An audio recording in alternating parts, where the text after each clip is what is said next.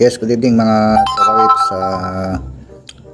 Diabolus is in the house, back in action. So, back to work na naman tayo. Ito naman talaga yung ginagawa natin. Bukod dun sa mga content natin na iba.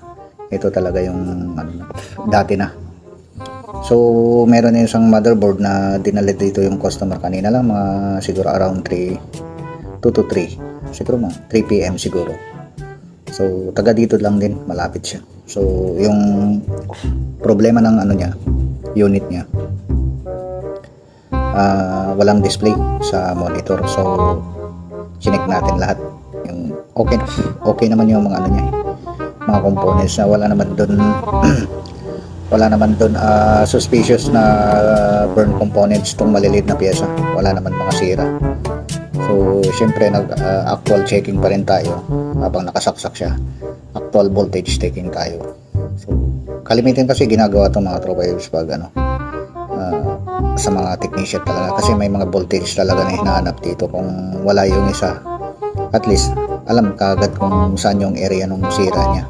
So sa akin mysterious tong na to, kasi na-check naman lahat okay naman, present naman yung mga voltages talaga na hinahanap natin dito. Yung 3 volts, 5 volts, saka 12 volts, meron naman siya.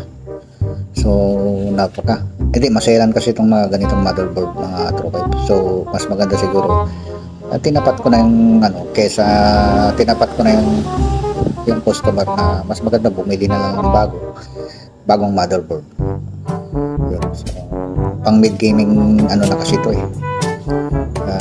magandang klase ito, kasi may ganito ako dati maganda to, matibay, pwedeng pang mabilis siya sa gaming, tapos editing, tapos hindi siya gagapang pag ginagamit. Stable siya, hindi siya naglalag. So yun mga tropa fix, sinare ko lang sa inyo para at least may idea yung iba dyan, aspiring na technician dyan. So maraming salamat mga tropa fix, and